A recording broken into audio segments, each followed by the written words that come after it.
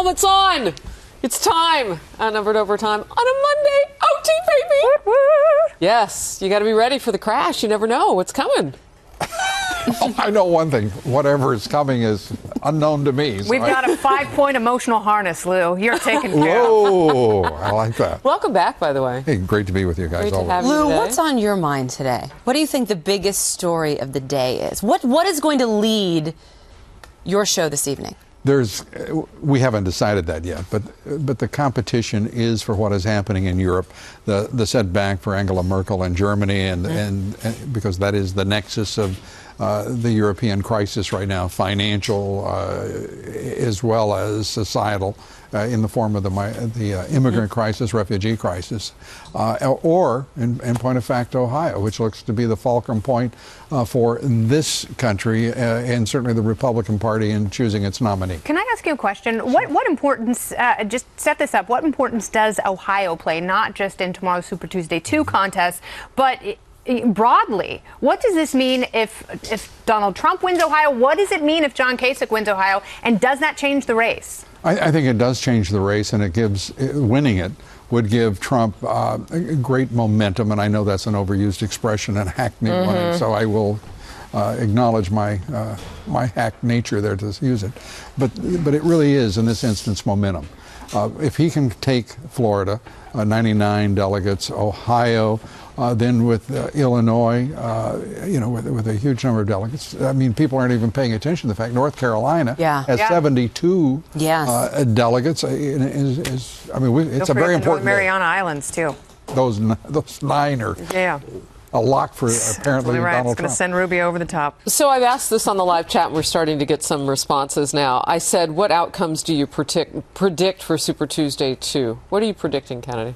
I actually have been predicting for about a week, and I'm a gambling woman by nature. This may be completely wrong, but I think Rubio's coming in third in Florida. I think Cruz is going to catch Really? It's going to be that bad for him? I think it's going to be a horrible night. I think Cruz comes in second. Really? Yep. Okay. Well, as I mentioned, and I know we had a discussion about just kind of what the polling is showing, but I just find it really fascinating that people who know him best politically, Marco Rubio, the people who would have voted for him, who supported him as senator, some of them now are saying that they'll vote in the primary for Donald Trump. We've heard a lot from a lot of those people who say that they feel like he's been absent. What's the math, though? I hear, and we talked about this at the top of the show, I hear people saying that it's possible for Rubio or for Kasich to come back. I mean, it is possible. I heard over the weekend. I won't out the strategist that was making that point. Walk me through it. I mean, walk me through what a Kasich nomination would look like. Walk me through how Marco Rubio rebounds from this. Are those both men? Let me finish. Though? Both men. Thank you. Both men. Whoa.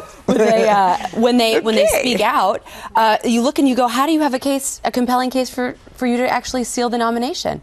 I mean, the fact that Rubio is down so much in his home state. So then the question becomes, what is the end game here? Is the end game to steal the nomination, which, as you just pointed out, could be as rare as a unicorn and a pink Chanel suit, which would be beautiful, by the way. Very. Right? I mean, I don't know. Or is the goal just to be able to get to a brokered convention or a contested convention and put up your own guy in that second round of voting? So then we talked about Romney, and I said, sounds, looks, smells like he's trying to create a moment of relevance. Why would he do that? Maybe he'd like to be that guy. Maybe three times is a charm. He wants to be the guy in the parachute. Absolutely. I mean, that's why he created that roadmap in his speech against Donald Trump, saying vote for Kasich in Ohio, vote for Rubio in Florida, vote for Cruz wherever else. The only reason to make a case like that is so it does become a contested convention. So what does that say to the voters? Your votes don't matter. It's incredibly condescending. These people couldn't beat Donald Trump in an outright election. And, I don't agree with most of what Donald Trump says. But that's not the point. The point is not who you back. The point is let the system work. If it's not working in your favor, it's because you did something wrong. You didn't connect with voters. You had a losing strategy. That's unfortunate for you. Can I take this to lose other expertise from politics and business? I know a lot of people are starting to plan for a Donald Trump presidency, although most on Wall Street, you guys probably know, still believe Hillary Clinton has a reasonable shot. What would Donald Trump do to Wall Street? I mean, what does that look like? I think what we're looking at right now is some insinuation within the market of the prospect of a Trump presidency. I really do. Which is new because it's been Hillary Clinton up till very recently. But as we start looking at the numbers, the way this so-called smart money is betting, it's starting to move up and up. What will happen if indeed this is the path that we see develop? You're talking about a guy who's going to be bringing a positive energy. And I think that the comparison really is between Obama and Trump. I personally am one of those people I believe in the disruptive actor in industry and in finance, whatever it may be, because disruption, creative destruction, if you will, is what makes capitalism work. That's what gets me excited about this, is the prospect of such a thing happening to what is an ossified establishment in Washington and a business structure that is, I mean, the business practices and policies in this country are Neanderthal, and they need to be energized. But the way you're looking at it, I mean, that's actually. If you really want that creative destruction, which I absolutely do, and I share your philosophy, get government the hell out of the way. I mean, will Donald Trump be able to actually step back and pull his administration back and let the market flourish and be subjected to those natural forces? The short answer is I don't think anybody can push government completely out of the way right now. It's too large. It's too powerful a force. But I do think that unless he represents the best possible choice, at least he is not a member of the establishment. At least he's working against all of those gravitational forces that are holding this country back. I mean, we are having think about this. He's the only outsider. The rest of these people are creatures of the establishment. You don't think Ted Cruz is an outsider? He says not he even is. a little bit. But no, I wanted to ask Sandra. I actually wanted to tap your business expertise as well. There is one job industry that I think is very concerned, and that's the lobbyists in Washington, D.C. Oh, my gosh. And then, right, Lou? That's the whole point. That's why they're fighting so hard to defeat someone like Trump, because they see all of their lucrative contracts and all of their lobbying capability. I mean, being in the establishment is a big business, and that is why they're fighting Terrified. for power and existence. Yeah. Could I just say one thing to Harris? Here's an example of what Cruz is.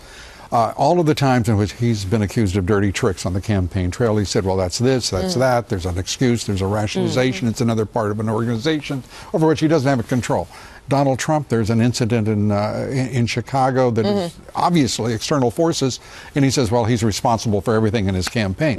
This is the kind of pablum and nonsense hypocrisy that we're used to being shoved out on the table. No, but I just wonder what's going to happen, say, with the energy boom that went bust. Like, what's going to happen to our energy industry under a President Donald Trump?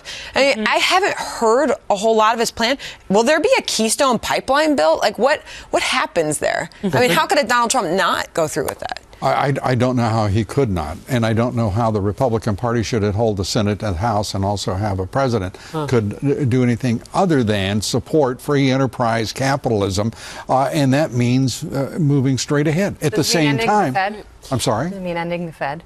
The Fed right now has crossed a line, a historic line, and the Fed right now is, I think, within a very short horizon, could be reformed, if I can put it that way. There is now a movement, first intellectual, second transactional, that is Wall Street, that says this can't go on. That's right. That's absolutely right. I'm going to bring in some of our viewers on the live chat. I'm just going to rapid read these. Some will make sense, some will connect, some won't. Blue Ridge Dog, nearly 6,000 on the live chat. That's a few minutes old. Check the number again. Woohoo! Andrea said record numbers. Pagati says, the will of the American voters, ? What about the 60% of Republican voters who don't think Donald Trump will be anything but a disaster? There was some polling this weekend that 62% won't vote for him. 57% won't vote for Hillary Clinton. I think I got those numbers right. Well, they have Can I reference you back to Andrea, who says she wants to get rid of polling? And now you want to run a country with a poll. No. I actually don't want to run the country. All right. Cite says Trump is going to be president, and then maybe you guys will see he is a liberal in Republican clothing. Laugh out loud. Joseph Stinelli says, Harris, all the talk in Estero, Florida is Trump will be our next president. Some excitement on both sides of those. All we care about is that you vote. I just quickly want to weigh in. Nobody's saying that 60% or whatever it is, it doesn't get a say. No one from the Trump side is shouting them down. Nobody is saying that they're going to be denied their candidate. They're only saying that on one side of the aisle. And again, they're not that strong. And if they were that strong, Trump wouldn't be winning. Yeah. So you have to look at where the votes are going. Everybody gets a say, but the lion's share, the plurality of the voting is going with Donald Trump. That's just a fact. The difference is no one's shouting down his opponent saying that your vote doesn't matter and we're going to steal this election from Marco Rubio or John Kasich. It's one-sided. It's a one-way street. And the most disturbing part, as far as the voters are concerned, is that those shouts and those shootouts are coming from inside the tent. Yes. All right, tomorrow there's more. We're going to make more Outnumbered like popcorn, so watch it at noon Eastern on the Fox News Channel.